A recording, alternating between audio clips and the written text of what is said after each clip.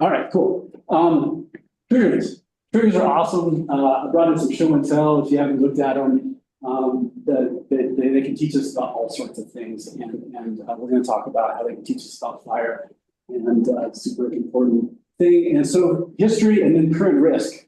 As of November, we didn't know how this year was going to play out. That big snowstorm was like the snowstorm of the year. And we kind of stopped after that. So right now, fire is a big deal. North America is on fire right now. I normally start with this. People know palm trees. This is LA, right? Like wake up call. Holy cow. In January, burning down. I mean, right? This huge wake up call to all sorts of folks. And so that doesn't get people's attention. But if y'all hadn't seen, there's some other news that maybe you missed in the last couple of days. Freaking Oklahoma, not too far over there, that big storm that came through, tornadoes that killed everybody, killed multiple people in wildfires, hundreds of people injured, hundreds of homes burned down, those wind events that we got, right? Rolled through, knocked down power lines, did all sorts of other things, hundreds of structures burned down. I mean, it's coming this year. And so I think that this should be a wake-up call. It's burning through the same kind of stuff as we live in here. And so if anything, take away from this, take this fire season seriously. Hopefully, cross our fingers, we get some good spring precip and whatever. But check fire-wise, if people don't. I mean, these grasses, all the great grasses we've had the last couple of years, that tree rings tell us, everything tells us that's what burns. We're primed right now. So anyway, this didn't woke me up, really, and got me scared. So keep stepping back out. In California, there was a 1 million acre fire, the first 1 million acre fire not too long ago, the Dixie Fire. And then 2023 was burning from the Pacific Ocean to the Atlantic Ocean in Canada. And it's like, holy cow, North America is on fire at this point. It's a big deal, and locally, it's affecting folks too. In New Mexico, 2024, big fires in Mendoza. I mean, you see scenes like this, and you think they're from a war zone somewhere, right? I mean, this sort of stuff is happening more and more.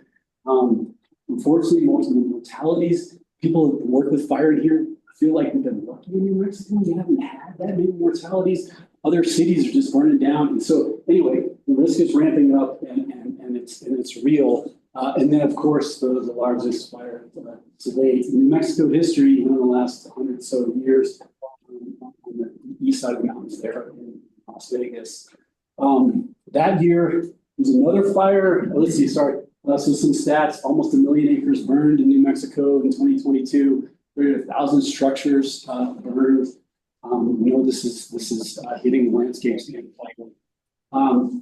This photo is from here called the Black Fire. It was almost equally as large as Hermit's. Really interesting paper just came out with some folks out of New Mexico that showed that even though the size of this fire was large, severity was much less, in part because in the Gila there's been natural fire that's been recurred in the system, and there's been treatments and other things. So anyway, interesting anecdote on that one, but 200,000-300,000 acre fires going in the same year. It's really ramping up. It's a big deal. And then of course there's the human toll. All the stories that come out. This gentleman lost his house, had to sell his, right? Like it's hitting us at all levels, and of course can't ignore the human toll. They're creeping in around Santa Fe. These are the fires of the last few decades, and they're slowly moving in on us here. In the Medio fire in 2020 got really darn close. Got a lot of people worried. Great anecdote there. It was stopped by a prescribed fire. There's some videos. Go to Santa Fe Fireshed Coalition. There's a great video that shows this. The treatments, if you will, burning, thinning, removing fuels. It's not science. You remove fuels, and these things work. And so this was a story. That thing was coming, headed toward all of the things that we appreciate here. And prescribed fire was what ultimately they were used to stop it. But it's closing in. It's closing in. We've been lucky here in Santa Fe. These fires, some people call them mega fires. We've done a lot of work to show that these forests from the Jemez Mountains, once these forests burn to the ground, they're not evolved to, they're converting to forest and to shrublands and grasslands because you don't have any seeds, you don't have any mother trees. How do you get that? You know, other trees are evolved to this, but not a ponderosa pine. And so these are, you have plenty of evidence. These are converting. You know, you used to have a forest, and then you come back with gamble oak. Someone's going to be a winner if you're a bear and you like to eat acorns of gamble oak, right? Like you're going to be happy because, and I put my money on gamble oak in the next few decades. It's going to be a winner because it can resprout.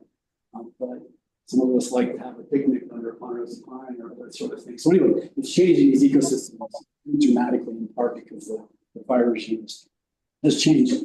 Here's a really amazing photo. This is Santa Clara Canyon. Folks know what's happened there. This is circa 1900, and that's a repeat. You can count the number of live trees on your fingers and toes. It's pretty amazing. People have seen these events in the last few decades, and this one especially has a cultural significance. It's just changed that. You know, the tribe there, they closed down. Used to people would go up there, and now it's part of their culture, and been locked out because of the debris flows and all the danger. Anyway, things are happening. Increasing aridity, increasing temperature, decreasing precipitation is clearly associated with increasing area burned across the Southwest. You're looking at Arizona, New Mexico data, and then increasing area burned at high severity, these big hot fires. It's another paper we're part of. It's clearly demonstrated this. So we're headed on this trajectory. And it's no coincidence that 2022 was the record year. There was a huge drought footprint that underlaid that. So if it's wet, no matter how many, if you got a piece of wet wood, no matter how much fire you put on, it's not going to burn. And so these big droughts are really what set the table for the potential for fire. And we're headed towards one right now. The table doesn't have to play out with fire, but these climate conditions are underlying what's going on. And so here's 2 days ago, I pulled the snow water equivalent, the SWE data. And these are local watersheds. You can see the geography here. You're looking at New Mexico, and the red ain't good. We're 25%, up to 50%. But New Mexico is really, this is kind of classic La Nina. Believe it or not, the temperature of the equatorial Pacific Ocean really predicts what we get for winter precipitation. And so this was a prediction that we're in La Nina. So less storm track here, more precip to the north. And so it's kind of playing out. And then on top of that, you've got warming. But as of now, the snow levels are, I was talking earlier, we're in the last 25 years, the record from Santa Fe, we're the second lowest snowpack right now. We're way below 2022, and we know what happened in 2022. We're below 2011, Las Conchas fire. We're below 2002, which is one of the droughts of the century. And so we're headed, the table is set right now. And so I think people should be paying attention. Yeah. Can you point to where we are there? Sorry, yeah. Santa Fe, right there. Yeah. So this is the Pecos drainage here. And yeah, so these are great maps. I look at these all the time. If you Google Southwest or West SWE map, they update these every day. And there's a network of stations underneath this. They're really, I get fascinated with these sort of data, so I'm always obsessing over them. But if you ever want to know what's going on, and they're based on, there's a snowtail site at the towers up there. People go ski or get there's a snowtail site there, and then there's one in the Santa Fe watershed. And so they integrate those data across to get estimates of snow. So, all right. Well, David Byrne would ask, right? How did I get here? There's some history behind the fire challenge and some things to think about. This recent increase in fire is happening in the context of over 120 years of fire exclusion. And I don't use the word fire suppression because it's not just active suppression by Smokey Bear. As I was talking to some folks earlier, it's very clear that these critters got off the train all over the Southwest circa 1880. Here, 1879, the train came to Laramie. I got a piece of wood. The last fire day was 1877. So they got off the train, ate all the grass, and then the fires couldn't burn anymore. So this tells us what the fires used to be burning. It was burning find fuels, right? And so this is clear, the date when intensive overgrazing. And so the other thing about the train is that you could also put more animals on the train and sell them to market. And so you could really ramp up the amount of livestock grazing. So it's a little factoid a lot of people don't know, but we use the word fire exclusion. So it's suppression that came after exclusion of fire, first by, Smokey the sheep, right? That they overgrazing really stopped fires, and it tells us about what it used to be. So that's kind of where we are in the context. And then of course, fire is this important ecosystem process. So many of these trees are involved with fire over millennia, and then our local indigenous cultures using fire. We've done some great work documenting that in the Jemez Mountains. Again, if I can share any of these papers, I'll put a link at the end to my website and the Fireshed Coalition. But these are interesting stories. We've done some great work with the Hamish people in Jemez talking about fire use. And so fire's been around. We just are on the tail end of this kind of geoengineered no fire world, and it's really an anomaly. Now fire is like kind of coming back. We had it pushed down for a while, but there's some context.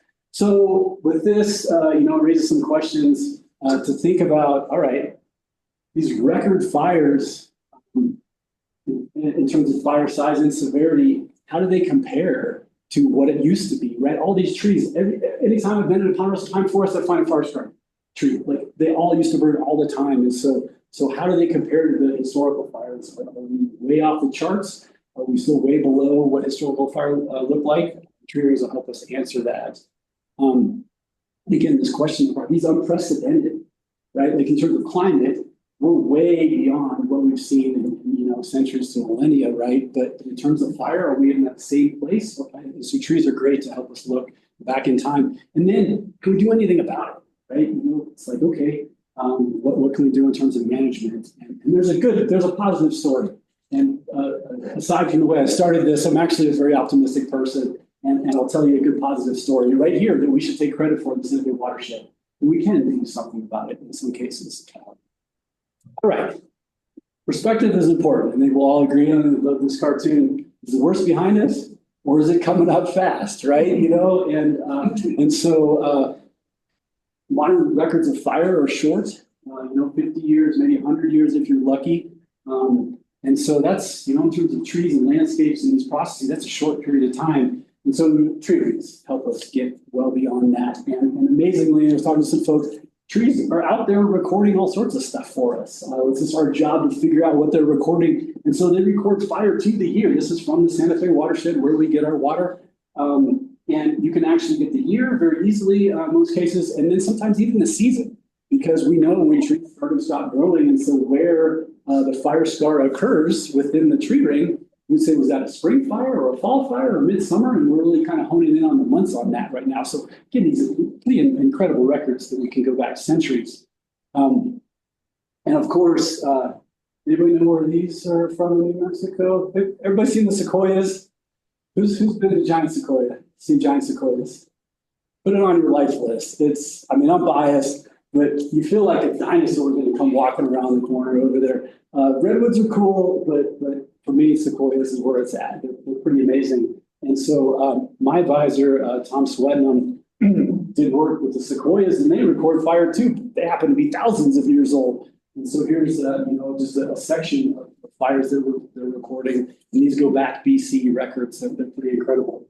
We don't have sequoias here, but we got some pretty cool trees that do a decent job. Ponderosa pine, the pines are mainly the main trees that record fires in New Mexico.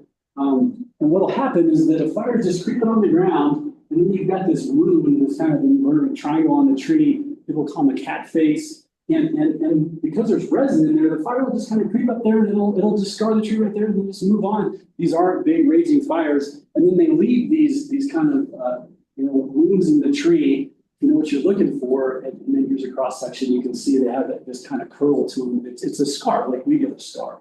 And again, happily after we're done, we'll talk through some of these pictures here.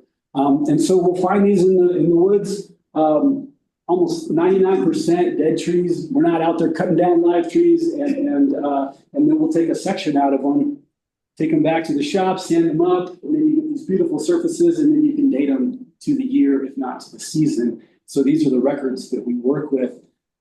Here's some kind of real life photos. This is a tree. We were up doing some work in the Santa Fe watershed a couple months ago. I just happened to take it. Here's that kind of inverted triangle. You can see kind of these different folds at the bottom. So this is what it might look like in the woods. And then here's an example, kind of zoom in. You can see these little scars here. And so those are all individual fire scars. There's 1, there's 2, there's 3, 4, and 12 just on this snag out there. And so we're all getting there, you're counting, how many you got on this side? Oh man, 12, what's your 20, right? Like you get all excited. This is what we get excited about, is like fire scars. And so again, that kind of inverted triangle there at the base of the tree. As you're out walking around in the woods, look for these things. They're everywhere.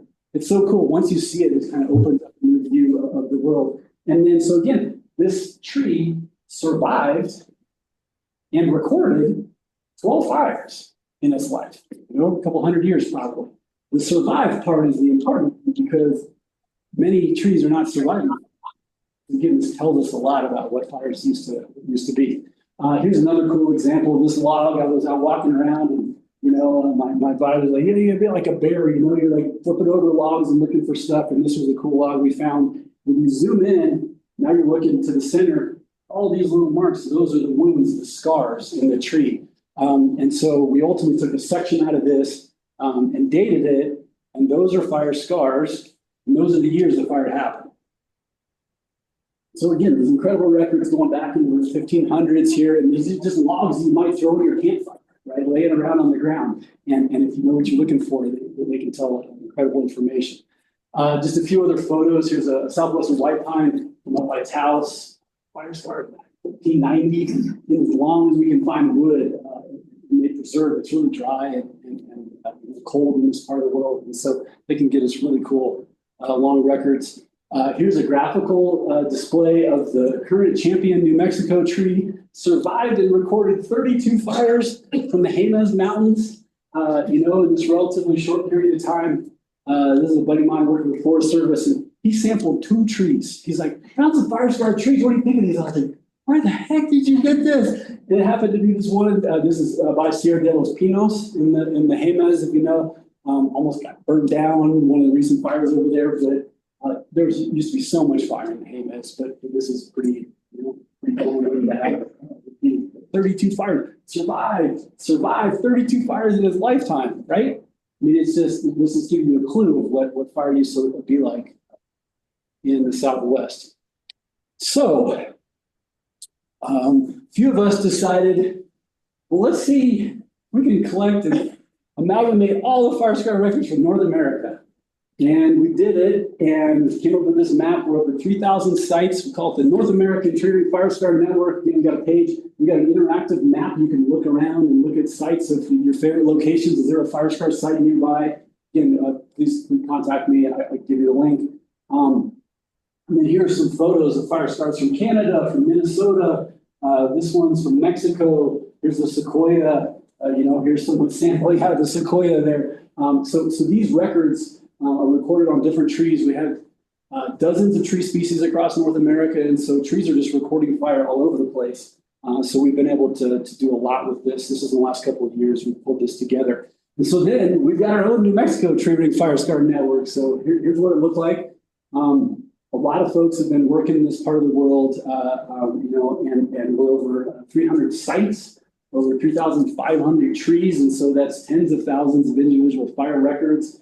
Here's from the Jemez, the oldest fire scar we've got in the 1100s, and you can see the spatial coverage. And so we're pretty excited to pull these data together, been able to answer some pretty cool questions with them. We're always looking for more. So anybody, I tell people, send me a photo or, hey, fire scars or some other landscape. These forested areas generally are where they are, but there's some big gaps that we're still trying to fill in. And so we're always looking for more to get local information, because we'll find some very cool stories, human stories we've been finding lately, but then to really expand the network to be able to answer these questions about modern fire versus historical. Little divergent here, little fire ecology lesson. It's important to understand and think about fire differently in different ecosystems. And so this great photo, I'm pretty sure this is Craig Allen who took this photo, who was the leader of the field station. it shows that gradient, right, from the lower tree line down the grasslands all the way up to the upper tree line. So in New Mexico, we're lucky. I mean, that's why we live here. We have these cool gradients and these cool landscapes. But along that gradient, fire plays a different role. All the species there probably evolved with fire differently. So here's kind of a PJ woodland, and moving up through, right, the classic kind of ponderosa pine, orange bark, and then into the mixed conifer forest. And then this is up by Santa Fe Lake and the spruce fir. You can imagine fire might be different in those places just because they're very different. Ultimately, it boils down to fuels. And we use a term called fire regime to kind of classify and think about these fire in different places, made up of 5 components: season, frequency, how often the fire returns to a place, severity, is it killing the trees or not, fire size or area burned, and then fire climate relationships. And so this is one way we can think about fire in any location and then compare it across that gradient. So the rest of the talk kind of focus on this ponderosa pine and dry mixed conifer zone, kind of the Goldilocks zone in the middle, in part because ponderosa is a great recorder, but that happened to be where fire was most frequent for multiple reasons. It's the most common forest in northern New Mexico, so it's also very relevant, over 3 million acres. And then every place I've ever been with ponderosa pine is carrying fire scar records, so it happens to be a great place to learn.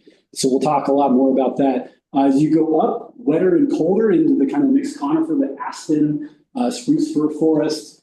Done a lot of work there. Got some papers on, our big aspen stands. Those are big fires. Burned to the ground, but aspen resprouts. It's the classic kind of phoenix tree, right? So totally different fire ecology, different adaptations there. Used to burn less frequently, but more severely. So imagine you're just piling up more fuels, and you can only burn on severe droughts. And so those higher elevation forests burn, differently than that middle zone. And then let's jump below the ponderosa pine to kind of the PJ woodlands we're sitting in here. Those have kind of a mix. PJ is a little bit tricky, but we have a great fire history from Roe Mesa. One of the pieces here is from Roe Mesa, and it's a PJ landscape. It used to burn like mad because there was grass. And so I'm looking around here. This place probably used to burn like mad because grass burns. That's just kind of what it does. And so PJ savannas, but then other PJ systems probably didn't ever burn because they're rocks and there's no fuels. And so PJ is a little trickier, but happy to talk about that some other time. All right, so let's dig into some places that we know here. This is the Santa Fe fire shed, a general area that surrounds Santa Fe, city of Santa Fe. Let's see, we're sitting somewhere south down in here, in the Santa Fe watershed where we get our water here. La Cueva over on this side, and then Rio Medio, just some place names to see where we are. And those are all fire history samples we've got. So we're going to zoom in and see what any of those look like. This is the Santa Fe watershed around the reservoirs. See the Clear Reservoir right there in Nichols. And I'll show a few of these. This is the timeline from the present back to the year 1300 on the bottom. Each horizontal line is a record of a tree. And then all of those vertical marks are fire scars. So ton of fire in the past, and then fires kind of stopped in the end. This is the fire exclusion that we've seen almost everywhere. But again, old records going back 1400s. Do some frequency, right? Part of the fire regime. If you just take all the fires somewhere in that area, there was a fire every 4 years on average. And then large fires that burned quarter to over half of that area were burning every 17 years. And this is where we get our water.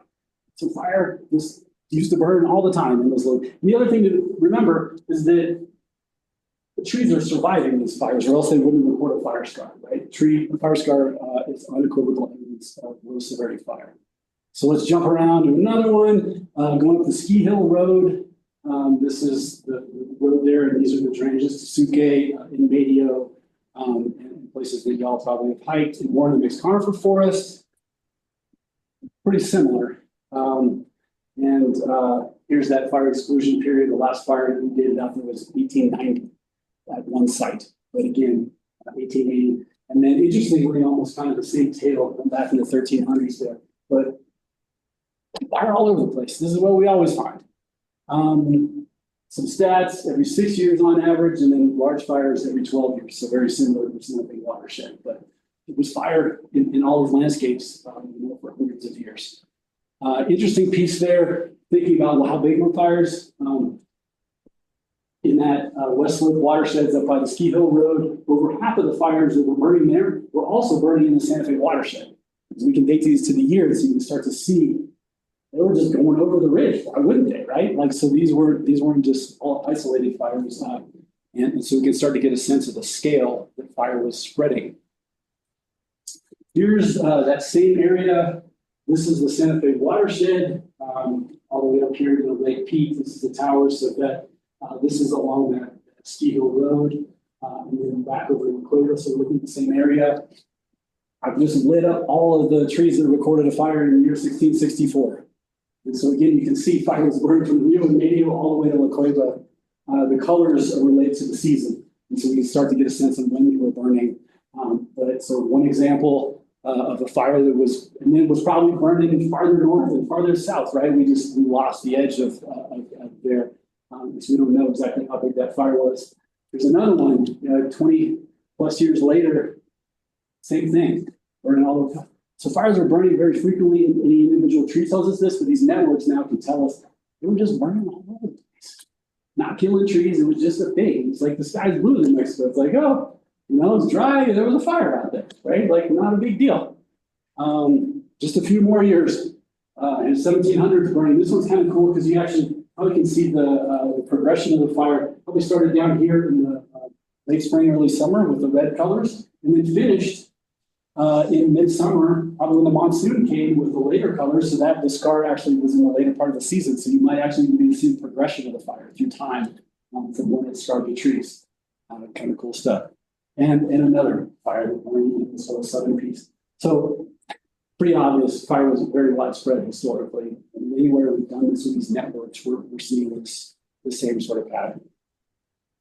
So the cool thing we can start to do as we scale up with these networks is get towards the holy grail is area burned, right? Everybody's like, Las Conchas fire is 150,000 acres, right? Everybody thinks in acres. How big are these fires? We're getting to the point where we can now, with the tree rings, get area reconstructions. And so here's the Jemez Mountains. It's the largest tree ring network on the planet. And we're able to do area burned across the whole Jemez Mountains, 300,000-400,000 acres. And so what I've shown you here is just the last century of fire.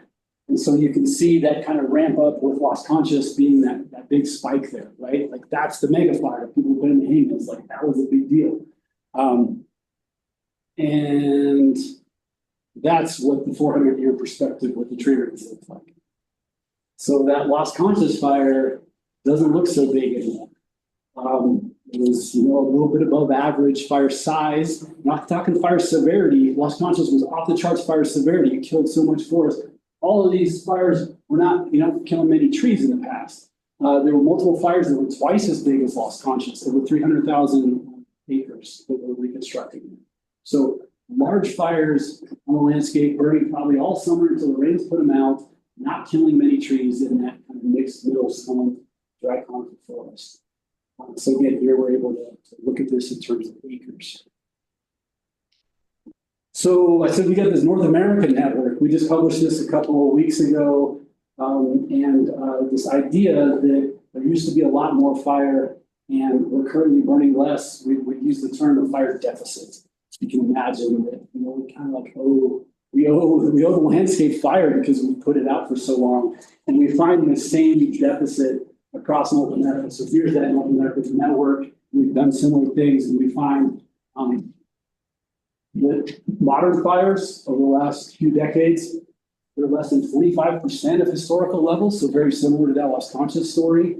And then here you're looking at the percent of the tree ring fire scar sites across all of North America burned in any one year.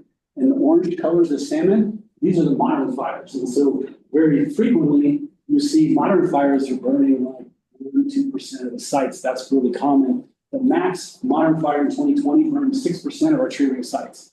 The blue is historical. 10%, pretty common. 20%, the max, we were burning 29% of our sites. Almost a third of where we sampled across North America was on fire in the year 1748.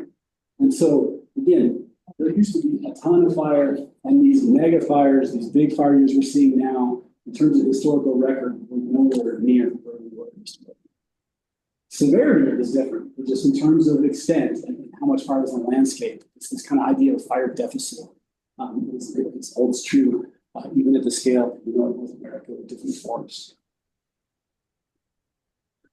Pause there, drink a little bit. So I said we got a New Mexico network. So this is draft here. And the model's not super accurate, but for this talk, I figured I would do the same thing for New Mexico. You're looking here at the modern record. 2020 is that big red line, right? This year that was really bad here.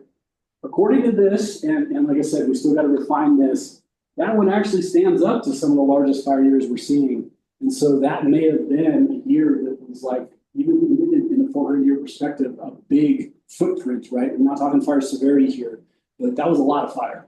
And still got to refine this. And so put the draft sticker on it. Like I said, the models are got multiple reasons. This may go up and down a little bit, but just I thought I'd share since we have the data. And so that made me feel a little better because in other places it's like you ain't seen nothing yet. But according to this, 2022 was pretty bad, even in a 400-year perspective. So it's like, all right, somehow that makes me feel a little better. And again, we'll see how we refine this and ultimately get that published. All right. Clear fire regimes change. We've stopped fire for a long time. We have this kind of fire deficit. And so then the question is, how has it changed the forest? And ultimately, is that a way for us to be able to do something about it? So we can walk through that piece a little bit here. Another cool trick that I've learned, ponderosa pine, it's orange bark, probably saw a fire in its life, probably 100, 120 years old, right? Like that's kind of a general. And then the dark bark ponderosa pine, those are usually less. So you can kind of look in a forest and see the past. It's kind of a cool trick. You're out there. And so then as you do that, you see, you can count what the forest used to look like in this spot.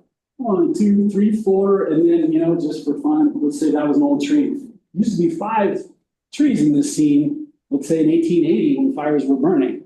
You take fire out, it doesn't kill all the little trees, and then all these seedlings came in, and we can count them, right? I've done the counting, 7 to 8 times as many trees. And this has, again, been very well documented. We've got local data here that it's very simple. The fire used to kind of weed out the smaller trees. Some would survive, right? You have a forest there. You take that away, the tree's like, all right, I'm going to keep growing until I get burned, and it never did. And so here they are. We got a ton of trees. And photos from the fireshed area, you see these old trees, the old orange bark, and then you see all the infill. And this is very common if you're walking around the forest. And that represents that change. And then again, there's a fire scar on that tree. And so this sort of chain with all these little trees around. And then this photo, to me, kind of encapsulates it. Let's see, the Chamisa Trail. If you ever hiked the Chamisa Trail going up Black Canyon, if you're walking up and you just go straight up that hill on your right, you find this tree just surrounded by all these little guys that were never there. And this is the only tree that's got a fire scar. It's got that cat face. Again, this is the story. You have so much energy built up, and just the density of forest has changed incredibly because you pulled this important process out of the system. A cool photo series from Flagstaff. I've been looking for some old black and white photos we can retake. We haven't found any great ones in New Mexico. Y'all are around. If you ever find one, this one's the original photo was around 1900. And then they retook these. And so here's those little trees coming in as fire was taken out. And then that's what it looked like in 1990 was the last photo. And so this is the process that's happening. And then, of course, when you burn that, it looks like that, right? This ain't rocket science. It's pretty simple. We've been able to document this stuff very well. We pulled the Southwest Fire Scar Network, and we went to sites where there were fire scar trees, and then looked at the modern fire severity to ask this question of is fire severity changing, and is fire, how does it compare historically? So overall, there was less than 20% across the Southwest of historical fires, so comparing the tree ring record of fire to the modern. And then those fires were much more severe. So at sites where individual trees and fire scar records have recorded fires over hundreds of years that didn't kill the tree, over 42% of those sites are burning now in high severity. So again, it's the idea you're kind of losing the forest. And this is across the Southwest, the same kind of pattern that emerged. All right, ready for some good news? Coming to the end here. This is the Santa Fe watershed. I know it's a closed watershed, but folks can get up to the edge of it. And I promise if you sneak in a little bit, yeah, you're not going to bother you. Don't go right up the road where the Audubon is, but like, I mean, it's incredible up there. And we're lucky we've been able to get permanent plots. We've been working up there for decades. Feel lucky to be able to go in that watershed. And it looks like this because fire has been restored. This process, and people have done a lot of work. And again, we as a community should be proud that we've been able to do that. So again, restoring the fire regime, this ecological process of recurrent fire, and ultimately restores the forest, it protects our water supply, right? All the flooding that happened after Las Vegas happening everywhere, right? Like this, we just published a debris flow modeling paper. There would be a disaster, would fill McClure Reservoir. And then what happens? Bad stuff if you live on Canyon Road or anywhere near down there, right? Like, I mean, these are the disasters that we know happen. And so bringing this, fire regime back at kind of a landscape scale here, you're lighting these off with helicopters at thousands of acres at a time. And this is still way small, these individual fires compared to what it was historically. But and I know the smoke is not fun, but it's like, do you want your smoke for 2 or 3 days when someone's going to tell you, or do you want smoke for months? And so like this is the trade-off. We're kind of in this tough position as a society right now. Here's a map of that lower watershed. These are the reservoirs where, and then you get up in the wilderness and you get up into mixed conifer and spruce fir where fire scars don't exist. And so this is where the focus has been. This is the number of times burned over the last 20 years. And so some areas have burned 2 and 3 times. So again, returning that process, repeated fire like the fire scars are showing us. This is what the fire looks like, right? It's not the stuff you see on the news. It's beautiful. You can step over it, right? Like these are the fires that are just creeping along. Some more examples, right? These are fire lines. You're lighting off the road. You're doing this when conditions, are good for low severity fire. And it's just kind of creeping around. Again, it's a beautiful thing. You get to see it. Here's some data. A student I'm working with, Hope Nowak, is hopefully about to publish this here soon. Now you're looking at that comparison through time, the 400-year record. This one's a little more complicated. The dark bars are the annual area burned. Here's the modern. This is the prescribed fire, right, at the very end there. And you can see that peak. Here's that fire exclusion period. And then this is the historical area burned in the Santa Fe watershed, Santa Fe watershed. The lighter line is the 14-year sum. And so you can see the size of any individual prescribed fire is still way short of what any individual years were historically. And so historically, the whole Santa Fe watershed was burned in 1 year. Too much smoke. People can't do that right now. But cumulatively, to do multiple totals, then you're getting cumulatively over 13 years, 14 years, you're getting back in the range of what it was burning historically. And so, again, to me, this is success restoring the fire regime, reducing the fuels. And so hopefully when the next wildfire comes, when it comes, we're going to have one, then now you've got this area that reduced fuels. It survived these fires before. And so you have a better chance of the forest surviving, the water supply being protected. And to me, this is a success story. It's one of the few places where we can say this, where we're back with the historical, hasn't burned the place down. The fire deficit been paid off, if you will. It's kind of a cool place. And so people should be proud of it. And one thing I say, you can't go get your hair cut once, right? So you can't just stop this. The question is, how frequently do you need to keep burning to keep the fuels from growing up, back up? Probably not as frequent as it was before, and we're working on figuring out what that level is. But this, that pulse to get the fuels back down is a great start for heading into the future. So again, just some more photos. People talk about firebombing the forest. This is what a twice burned forest looks like. I don't know. I'd love to go have a picnic there. I mean, this is one of the sites we work in Santa Fe watershed. It's incredible. Oh, the coyote sitting right out. Cruising by. So They're stakeholders also. yeah, exactly. Yes, yes. And old growth trees, again, you see those orange bark trees, these incredible stands. We have a lot of old growth trees around. Just more photos of burned forest, right? Like most of the time you see burned forest, and it's like this disaster. This is your burned forest. Here's the reservoir where you're getting your water from. It's like, it's incredible. And the cool thing here, and it's unlike any place I've been in Southwest, because from here, and then you can look at that ridge over there and it looks the same. It's open, you know, you have these big trees that are still surviving. You have regeneration. Here's again from this side, and then you can see that ridge is still, this is from the Hyde Park side. You come up to the Santa Fe Watershed Ridge. You're over there walking around. It's a special place. This is what forest, you turn that black and white, this is what forest looked like in 1942 or 1500 or whatever, and it's been restored there.